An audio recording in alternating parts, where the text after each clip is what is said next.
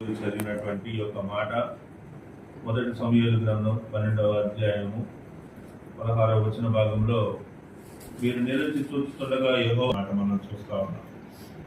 ప్రియులారా, నిజానికి ఈ మాటలు ఎవరి కోసం రాయబడ్డాయి ఏంటి అంటే, ఈ మాటలన్నీ కూడా మరి ఇశ్రాయేలీలకు రాజు లేడు, ఇశ్రాయేలీలకు రాజు లేడు.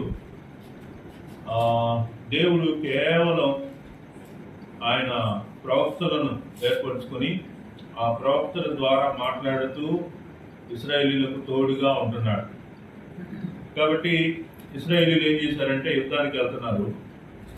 యుద్ధానికి వెళ్ళినప్పుడు ఏం జరుగుతుందంటే, వీళ్ళు ఒకవేళ పాపం చేస్తున్నారనుకోండి, వీళ్ళు నశించిపోతున్నారు.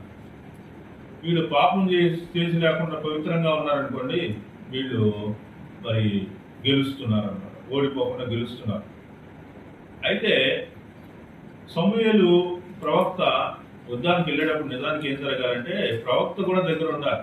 దేవుడు ఏమంటున్నాడు, దేవుడు యుద్ధానికి వెళ్ళమంటాడా వద్దా అని తెలుసుకోవాలి. కానీ అలా తెలుసుకోకుండా వాళ్ళు వెళ్ళినప్పుడు ఓడిపోతున్నారు.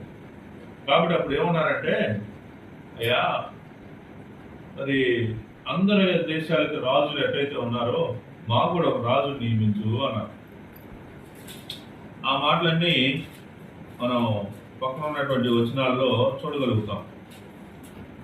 ఎక్కడంటే, ప్రతికూలముగా ఉండేను గనుక సమూయేలు యెహోవాకు ప్రార్థన చేశాను.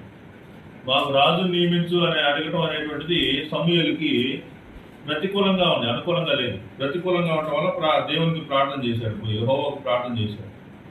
అందుకు యెహోవా సమూయేలుతో ఏం సెలవిచ్చాడంటే, జనులు నీతో చెప్పిన మాటలన్నిటి ప్రకారం జరిగిపు.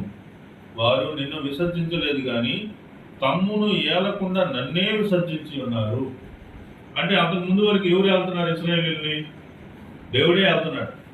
దేవుడే తన యొక్క వాక్యాన్ని తన దాసులకు చెప్పి తన దాసుల ద్వారా మరి తన యొక్క దేశాన్ని ఆయన ఏలుతూ ఉన్నాడు. కాబట్టి ఇప్పుడు దేవుడు ఏమంటున్నాడు, వీళ్ళు నిన్ను విసర్జించలేదు, తమ్మును ఏలకుండా నన్నే విసర్జించి ఉన్నారు. వారు నన్ను విసర్జించి ఇతర దేవతలను పూజించి నన్ను ఐగుప్తు నుండి వారిని రప్పించిన నాట నుండి నేటి వరకు తాము చేయించి వచ్చిన కార్యములన్నిటి ప్రకారము వారు నీ ఎడలను జరిగించుతున్నారు. వారు చెప్పిన మాట నేను అంగీకరించి ఉన్నాను అనేటువంటి మాటలు ఇక్కడ చెప్తా ఉన్నాడు. ఆ తర్వాత మనం 9:17 చూస్తే, 9:17 అక్కడ ఏమన్నాడంటే, సౌలు సమూయేలును కనబడగానే యెహోవా ఇతడే నేను నీతో చెప్పిన మనిషి